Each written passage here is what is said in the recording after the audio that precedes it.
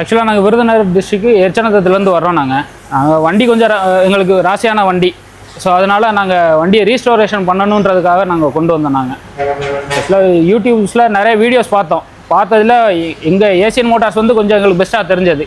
So அதனால் இங்கே கொடுத்தோம். இப்போ எங்களுக்கு நல்லா பக்காவாக பண்ணி கொடுத்துருக்காங்க எங்களுக்கு. Okay, satisfied.